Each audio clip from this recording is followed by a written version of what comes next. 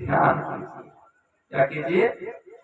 ध्यान कीजिए, ईश्वर भक्ति गुरु भक्ति कीजिए। ध्यान ईश्वर गुरु भक्ति में इतना बल है कि आप काल के काल से तो बच ही जाएंगे, आपको गुप्त से गुप्त रहस्य की प्राप्ति हो जाएगी। गुप्त से गुप्त रहस्य की प्राप्ति हो जाएगी। आप सूक्ष्माति सूक्ष्म तत्व को देखने में समर्थ हो जाए। ये ध्यान में बल है। ये मनुष्य शरीर के द्वारा ही कर सकते हैं। अन्य शरीर में चाह करके भी होने वाला नहीं।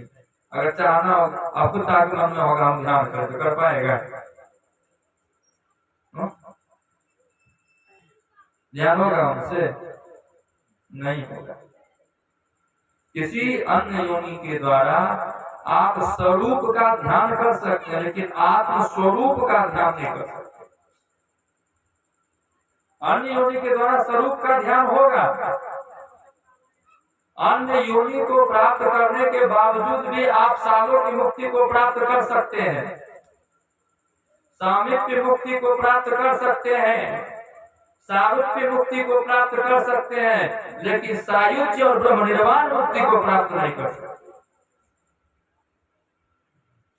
अन्य योनि के द्वारा भी आप भगवान के नाम का जप कर सकते हैं, भगवान के रूप का ध्यान कर सकते हैं, लेकिन भगवान के स्वरूप को प्राप्त नहीं कर सकते।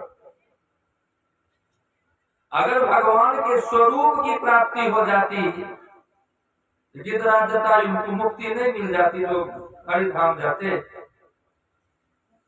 गजराज को मुक्ति नहीं मिल जाती, जो वैकुंठ धाम जाते। विचारिए, नवधा भक्ति में आया, मम दर्शन फल परम अनुपा, जीव पाव निज सहज स्वरूपा। मैया,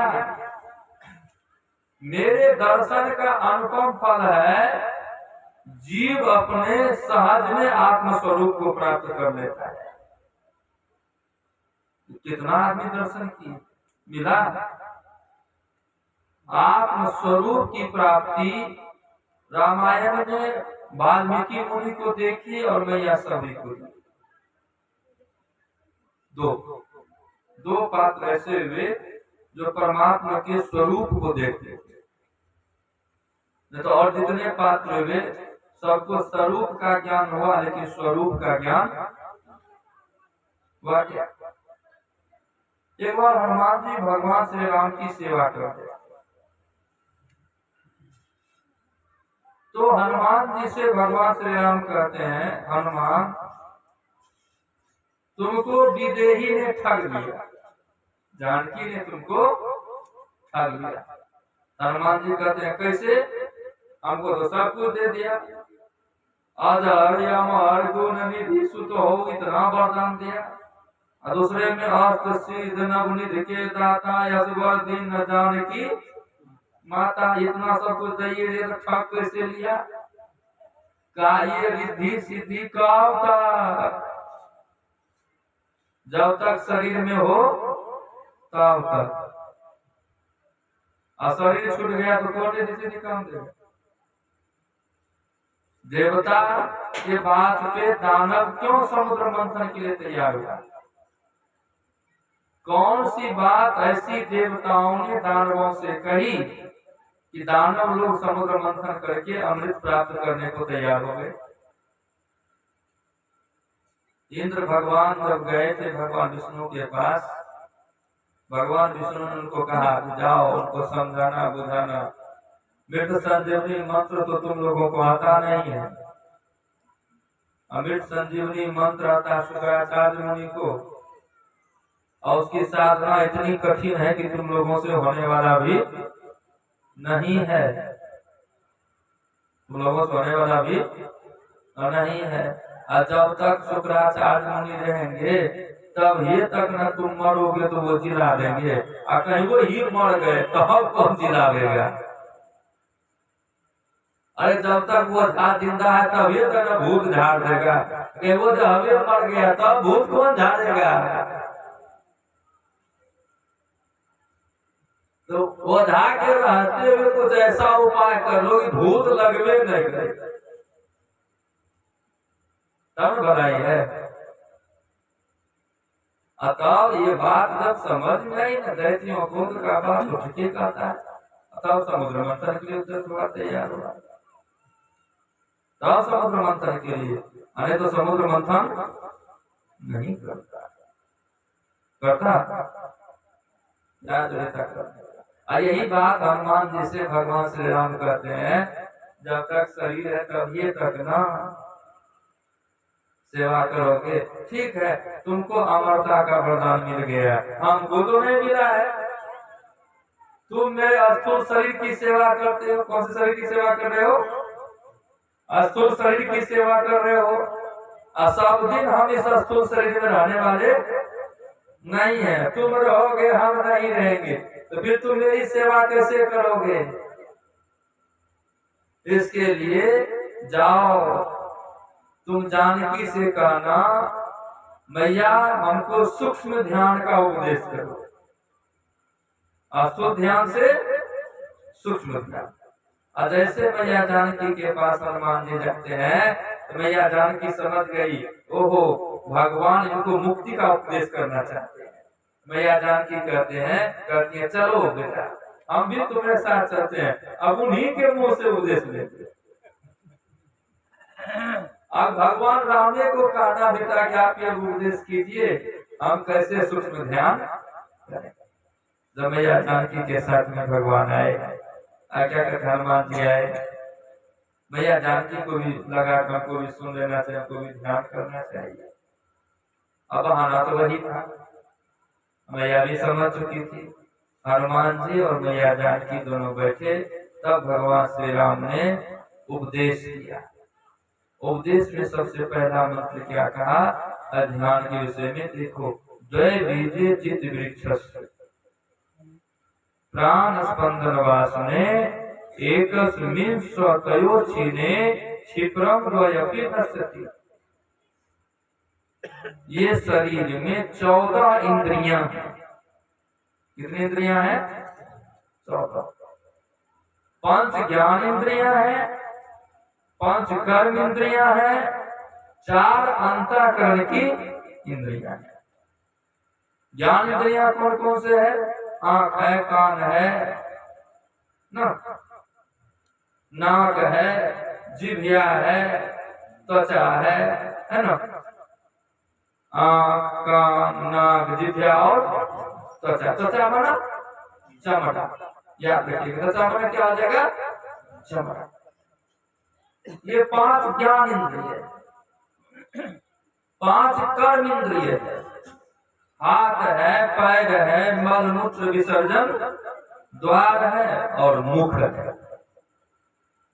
मुंह, हाथ, पैर कितना हुआ? 3, मल मूत्र विसर्जन द्वार 5। ये 5 ज्ञान इंद्रिय, कर्म इंद्रिया, 4 अंतःकरण की इंद्रिया, मन, बुद्धि, चित्त और अहंकार। आंख का काम है देखना, पैर का काम है चलना। आंख का संबंध पैर से। देखते हैं जब आंख खराब होने लगता है तो कहते हैं आप जरा घास पे चलिए, नंगे पांव चलिए, आंख की ज्योति बढ़ेगी, आंख की ज्योति बढ़ेगी। अगर आंख को ताजा रखना चाहते हैं ना, एक नियम अपना लीजिए आप लोग। ऐसा कोई क्या? रात में सोने के समय में तेल से रोज मालिश करके तलवार को सोएंगे, आंख की ज्योति खत्म नहीं होगी, मोतियाबिंद नहीं होगा। बस अब कितना देर लगेगा अपने से तलवार मालिश करने में? कोई तो नहीं चाहता है। तलवार में तेल लगा लिया, थोड़ा सा रगड़ दिया, सो गए, लगा लिया। कितना को तेल लगेगा तलवार में? एक तेल तो हम कहते हैं 6 महीना से बेसी चला जाएगा। नहीं, 2 बूंद से 4 बूंद ये तो नहीं होगी। आंख का संबंध पैर से, आंख का संबंध पैर से। कान का संबंध किससे है? हाथ से है।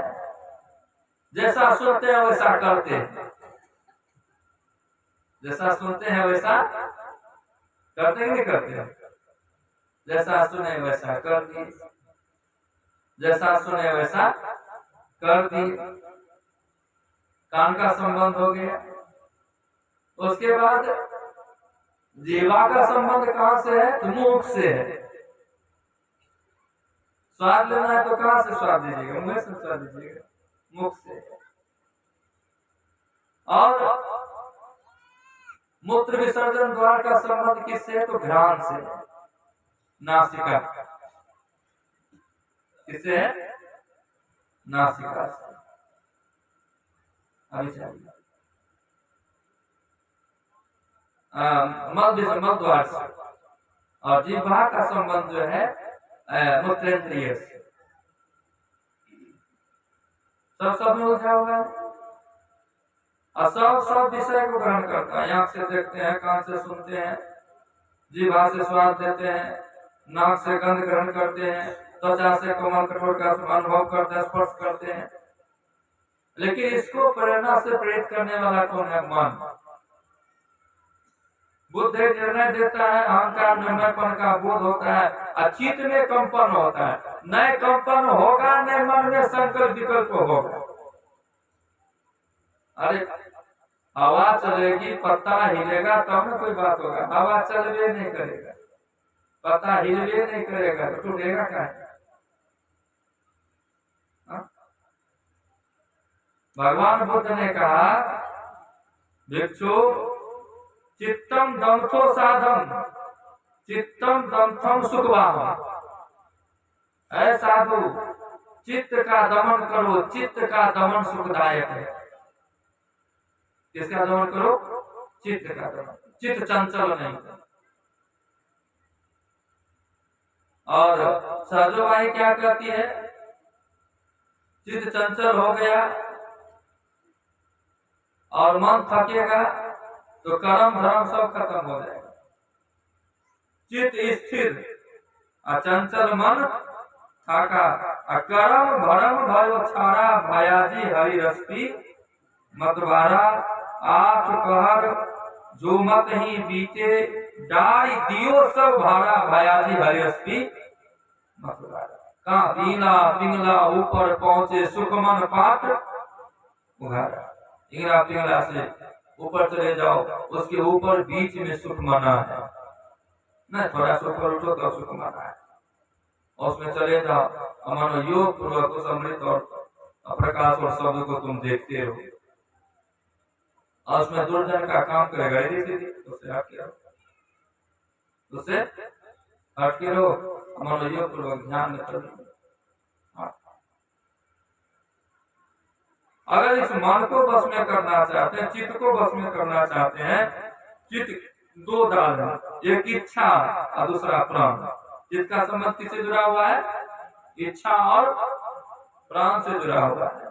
या तो प्राण को रोको प्राणायाम के द्वारा, या जप और ध्यान के द्वारा इच्छा को रोको। एक के रुकने से दूसरा अपने आप रुक जाएगा, और रुक गया तो दोनों खत्म हो जाएगा ना। एकस्मिन् सतयोक्षीणे क्षिप्रं द्वयमपि दोनों नष्ट हो जाएगा। और उसके बाद मुस्तैदी के साथ एकांत में बैठ करके अंतर ज्योति की खोज करो। हाँ, ज्यादा कथा कीर्तन कहानी में अपने मन को मत उलझाओ। बहु शास्त्र कथा कंथारो मथनैन वृद्धेवतिम अन्वेष्टव्यम प्रयत्नेन मारुते ज्योति अंतरात्मन। एक पवन सूत्र, बहुत से कथा कहने सुनने से कोई लाभ नहीं है। बस उतना ही कथा सत्संग को हाथ में रखो जितना से कि साधना में उन्नति हो, साधना में बल मिले। फालतू बात को रखने से कोई फायदा नहीं, बोझ हो जाएगा। और प्रयत्नवान होकर के अपन प्रयत्न न मारुते ज्योति अंतरात्मा, प्रयत्नवान होकर के आप अपने अंतर ज्योति की खोज करो। अगर अंतर ज्योति की खोज हो गई ना, अगर आपकी ज्योति, आप अपने ज्योति को जगा लिए, तो वो ज्योति मेरी ज्योति में जाकर के, गुरु गोरखनाथ जी महाराज कहते हैं, गुरु जी मैं तो एक निरंजन ध्याऊं, दूजे संग ना जाऊं। ज्योति में ज्योति मिला। हाँ, गुरु गोरख कहे सुन भगवंता, ज्योति में ज्योति मिलाऊं, गुरुजी मैं तो एक निरंजन ध्याऊं, दूजे संग ना अपनी ज्योति को परमात्मा ज्योति में। ये साई ज्योति, और ज्योति में ज्योति मिल गया तो शब्द मिले न, ज्योति से ज्योति मिले, शब्द से शब्द मिले, और जैसे शब्द से शब्द मिल गए तो हमारी मुक्ति बन जाएगी। इसके लिए मुस्तैद होकर के, आलस को छोड़ करके, गफलत से ऊपर उठ करके ध्यान कीजिए। क्या सोबत गफलत के मारे, जाग जाग मन मेरे, क्यों? तो वही सुन मेरे साजन, सुन मेरे मीता, या जीवन में क्या क्या कीता, सिर पाहन का बोझा लीता, ज्यों आया त्यों जावेगा रे, अंत काल संगी न होगा, संग न चल को। रहीम कवि कहते हैं, रहीमर ब्याह व्याधि है, सके तो कोई छोड़ा है, पाहन बेड़ी देत है ढोल बजाए। पाहन में क्या होता है? पत्थर, पत्थर का बेड़ी पहना दिया ढोल बजा बजा करके। नहीं, अच्छा कोई बांध के रखा है क्या? एक ही बार पंडित जी का दिया मंडप पे, ये आपकी पत्नी, ये आपके पति, और पंडित जी के उस बात को इस तरह से गांठ बांध लिए, चाहे कितनों पति मारे गाली दे, चाहे कितनों पत्नी झाड़ू मारे छोड़ना, जितना गांठ आप उस मंडप के बात को बांध लिए हैं, जितना विश्वास के साथ, उतना विश्वास अगर गुरु के बात पे हो जाए तो हम नहीं बन जाएगा। गुरु क्या कहते हैं? ऐसा नहीं कि तुम पत्नी को छोड़ दो, पति को छोड़ दो, सो बात नहीं है। तुम कर्तव्य कर्म में दृढ़ होकर के गृहस्थ जीवन में हो, जो कर्म होता है वो भी करो, लेकिन इस जीवन के बाद अगला भविष्य जीवन बहुत लंबा है। भविष्य जीवन को निर्माण करने के लिए, भविष्य को बनाने के लिए तुम सत्संग और ध्यान भी करो, सेवा सदाचार का पालन करो। लेकिन ये लोग कहते कहते कहते कहते, गुरु महाराज कहते थे, कहते कहते हम बूढ़ा हो गए हैं, लेकिन ये संत मत का ज्ञान अफसोस बहुत कम आदमी समझ पाया, बहुत कम आदमी समझ पाया। हाँ, बस वैसे ही समझ, जो समझ गया वो तो अच्छे नाव पे बैठा, और जो नहीं समझा टूटी नाव पे बैठा। टूटी नाव ऊपर जा बैठा, गाफिल गोता खावे। टूटी नाव किसे कहते हैं? देवी देवता की भक्ति को टूटी नाव कहते हैं। बहुत आदमी देवी देवता की सेवा में लगे हुए हैं, भूत प्रेत की सेवा में लगे हुए हैं। हमारे थे उस दिन गिराबारी के आगे, वो लंबा लंबा हनुमान जी का ध्वजा लेकर के मांग रहा था चंद्रा गाड़ी घोड़ा वाला। किस लिए? तो मसान पूजा करने के लिए। मसान मंदिर है, आप लोग गौर से देखे होंगे, न जाते होंगे, तो गिराबारी जब पहुंचने पे होंगे ना, तो उसके कुछ दूर पहले, 3-4 मिनट पहले मसान मंदिर नाम से लिखा, उसे खड़िया फिर के आ गया। अब मसान मंदिर में पूजा करने के लिए, अब मसान की पूजा करके क्या होगा? मसान अगर जग जाता आदमी भागता है, और मसान की पूजा कर, मसान को जगाने के लिए पूजा कर, उसे मुक्ति मिल जाएगी? नहीं। करोड़ी जतन सखी साई मिलन की, गुरुआ गुड़िया सुख सुपलिया, तज दे बुध लड़कैया खलन की, देवता पीतर भैया भवानी या मारल, 84 चलन की, करोड़ी जतन सखी साई मिलन की। यत्न करके आप जो है गुरु भक्ति के नाव पे चलिए। गुरु भक्ति की महिमा अपार निगुरा। जो मनोयोग पूर्वक इस नाव पे बैठ गए वो तो पार उतर जाएगा, और जो इस नाव पे नहीं बैठा तो पार उतरेगा नहीं, वो फिर संसार चक्र में पड़ जाएगा। इसीलिए हम लोग मनुष्य योनि में आए हैं। अपने जीवन को खान पान से संभालिए, आचार विचार रहन सहन में संभालिए, और संभाल करके, जैसे विदुर जी ने धृतराष्ट्र को उपदेश किया, धृतराष्ट्र जब जान गया तो विदुर जी से कहते हैं, धृतराष्ट्र मैं अंधा हूँ, मैं क्या करूं, मैं लाचार हूँ, मैं कहाँ जाऊं। विदुर जी कहते हैं, आप मेरे साथ जाना चाहते हो, आप मेरे साथ जाना चाहते हो, इस राज ऐश्वर्य भोग को त्यागना चाहते हो, आप अपना मुक्ति बनाना चाहते हो, तो आज के ही रात में हम आपको लेकर के चले जाएंगे और जाकर के साधु मुनि के आश्रम में आपको छोड़ देंगे। वो आप उनको दीक्षा दे देंगे, उनके बताए अनुकूल आप ध्यान करके मुक्त हो जाएंगे, मुक्त हो जाएंगे। जैसे विदुर जी ने ये बात कहा तो विदुर जी के बात में सपोर्ट किया, हाँ मैं जाना चाहता हूँ। बस इधर पांचों भाई पांडव इत्यादि खा करके सो गए। अब विदुर जी भाई भौजाई को लेकर के चल, गंधारी को भी साथ में ले जा करके सप्त ऋषि के आश्रम में छोड़ दिए, जहाँ सात ऋषि की कुटिया हरिद्वार में हिमालय की तलहटी में छोड़ दिए, और वहां जाकर के गंगा स्नान कराए, दीक्षा दिलवा दिए। दोनों पति पत्नी धृतराष्ट्र और मैया गंधारी ने मंत्र लगा करके ध्यान योग किया और सर्वात्म राम को। उसी तरह से आप वास्तविक में सत्संगी बनना चाहते हैं, वास्तविक में अगर ईश्वर भक्ति करना चाहते हैं, उसी तरह से गलत खान पान को छोड़ दीजिए। उनके आंख में पट्टी बंधा हुआ था, आपके आंख में पट्टी बंधा हुआ जन्म आपने लिया, आंख खुला जन्म हुआ है आपका। जिसके आंख में पट्टी लगा हुआ जन्म लिया वही मांसाहारी है, जिसके आंख में पट्टी लगा हुआ नहीं है वो कभी मांसाहारी जीव नहीं बना। एक आप ही मनुष्य हो जो आंख खुला जन्म लेने के बावजूद भी मांस मछली खाते हो। चूहा का जन्म हुआ, आंख में पट्टी था, आंख बंद था। बिल्ली का जन्म हुआ, आंख बंद था। कुत्ता का जन्म हुआ, आंख बंद था। शेर सियार का जन्म हुआ, आंख बंद था। चिड़िया चुनमुन का जन्म हुआ, आंख खुला था, बंद था।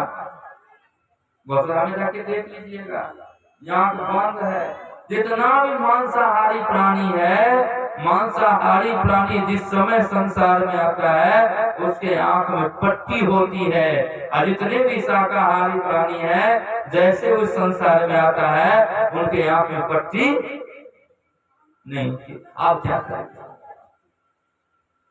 अपने आंख की पट्टी को खोलो, तो खोलेगा कैसे? तो बंद कराए पलक पटको के बाहर में तू मत भटको, और सीधे सन्मुख सुख मन बिंदु को गहवाया बाबा देवी ने। पट्टी खोल लो। अब पट्टी खुलेगा कैसे? वहाँ पट्टी खुला तो संसार देखा, यहाँ आंख बंद करो तब तो पट्टी खुलेगा। उल्टा है ना? नहीं उल्टा है। वहाँ पट्टी खोले तब, यहाँ पट्टी बांधेंगे ना तब जो है पट्टी खुलेगा। बाहर का देखना बंद करके अंतर में देखो, और उसके लिए मांस अगर अंतर में देखना चाहते हो, सुनना चाहते हो, तो मांस मछली इत्यादि का परित्याग कर दो। शुद्ध शाकाहार भोजन करो, दीक्षा लेकर के ध्यान करो, आप ईश्वर भक्ति में दृढ़ हो जाओगे। तब जाकर के वास्तविक में ईश्वर के स्वरूप का दर्शन होगा, और जिनके दर्शन होने से फिर जो है वो भगवान को प्राप्त आत्मस्वरूप होगा। मम दर्शन कर फलम करुण अजीव पाव निज सहज स्वरूप, अपने आप में स्वरूप को प्राप्त कर लेंगे। इसी की प्रेरणा से प्रेरित करने के लिए, यही उपदेश के लिए, ये इसी उद्देश्य से सत्संग का बारंबार गांव समाज में आयोजन होते रहता है, ताकि मनुष्य को वास्तविक ज्ञान हो और अंधी श्रद्धा अंधी भक्ति को छोड़ करके वास्तविक ईश्वर भक्ति में लगे, और जीते जी भक्ति भजन करके अपनी उदरगति करके अपने मुक्ति को शिवा ज्ञान दिया जाता है। और कहने की बात बहुत है, 8:45 बजने को जा रहे, एक भजन भी होगा, तब आरती होगी। अब हम यहीं पर रखना चाहते हैं। परमानंद सदगुरु महाराज से श्रद्धेय श्रीमती रेखा देवी ना, जो माता जी हैं, टूटे में जो भक्ति करे काका नाम। बहुत आदमी है इस गांव में, बहुत बड़े बड़े धनवान है ना, जो कि उनके लिए पैसा हमको कहते हैं, ऐसे ऐसे में आदमी है जो कि कुछ दिन का खर्चा एक ही दिन का कमाई इतना बड़ा हो नहीं हो जाएगा, लेकिन नहीं करा सकते हैं। क्यों? उनका सौभाग्य नहीं, उनका पुण्योदय नहीं हुआ। पूजनीय माता जी बड़ी श्रद्धा से यहाँ पे एक दिवसीय सत्संग का आयोजन रखी, हम आप लोगों को बुलाया। गुरु महाराज से हम पूजनीय माता जी के लिए प्रार्थना करते हैं, हे गुरु महाराज उनकी सब मनोकामना पूर्ण करें और उनकी उन्नति हो एवं उनके सपरिवार आप तमाम लोगों के लिए गुरु महाराज से प्रार्थना करते हैं, सबों का जीवन सुख में आनंद में कल्याण में हो।